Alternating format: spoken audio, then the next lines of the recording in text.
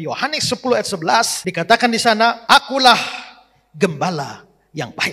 Tuhan itu gembala yang baik. Tapi saudara-saudara, hari ini saya tidak akan menyoroti gembalanya sebagai Tuhannya, sebagai gembala yang baik. Saya mau menyoroti kita sebagai dombanya. Ya. Nah, ini penting supaya kita jangan senang. Kita senang, Tuhan itu gembala kita. Tuhan itu gembala saya yang baik. Tapi kalau Tuhan itu gembala baik, tidak diragukan. Masalahnya sebagai domba, kita tuh baik enggak? Senang punya gembala yang baik, tapi tidak menjadi domba yang baik.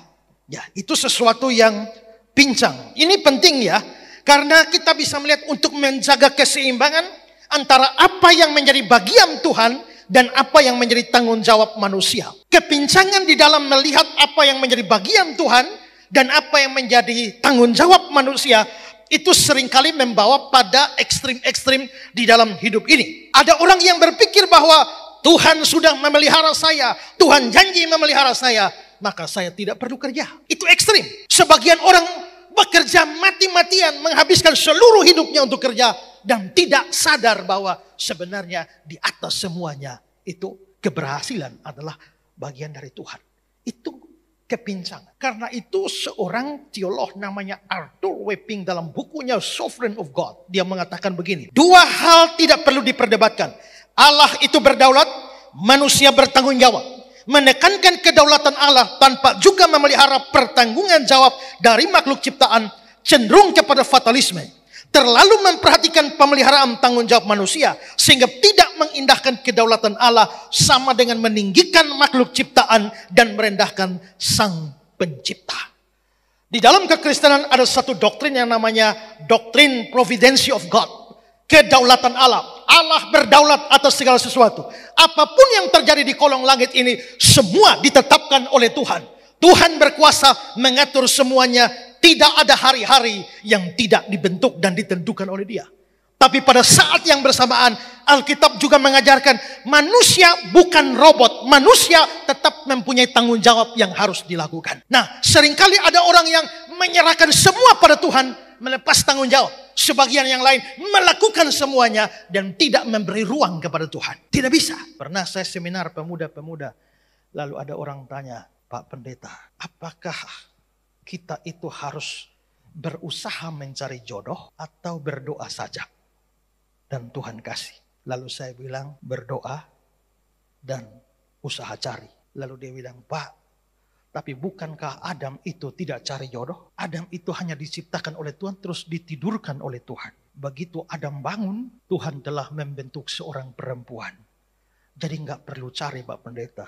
Tidur saja seperti Adam, dapat. Saya bilang iya, tapi yang tidak kau pikirkan adalah Adam tidak punya saingan, ya kan? Dia tidur, dia bangun dapat. Masalahnya lu, ini saingan banyak. Coba lu tidur aja, lu bangun orang udah ambil, ya.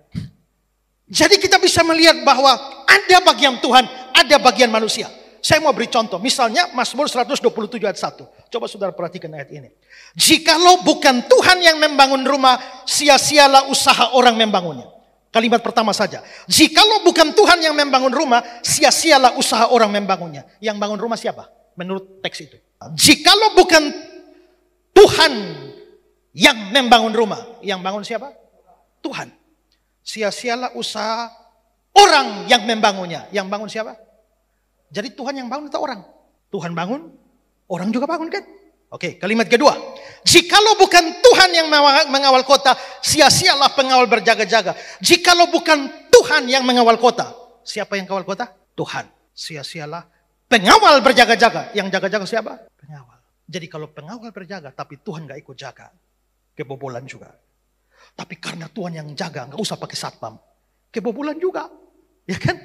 Kalau begitu, Tuhan bangun rumah, tidak melepaskan manusia dari tanggung jawab membangunnya. Tuhan mengawal kota, tidak melepaskan manusia pengawal dari berjaga-jaga.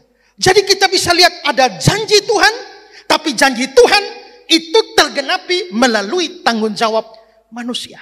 Contoh lain, Tuhan berjanji untuk mencukupkan hidup kita.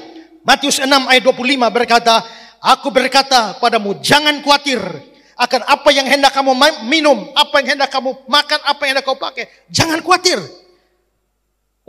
Kalau begitu, Tuhan sudah janji, makan minum Tuhan cukupkan. Jadi saya tidak perlu kerja. Menurut 2 Tesalonika 3 ayat yang ke-10. Jika seorang tidak mau bekerja, jangan makan.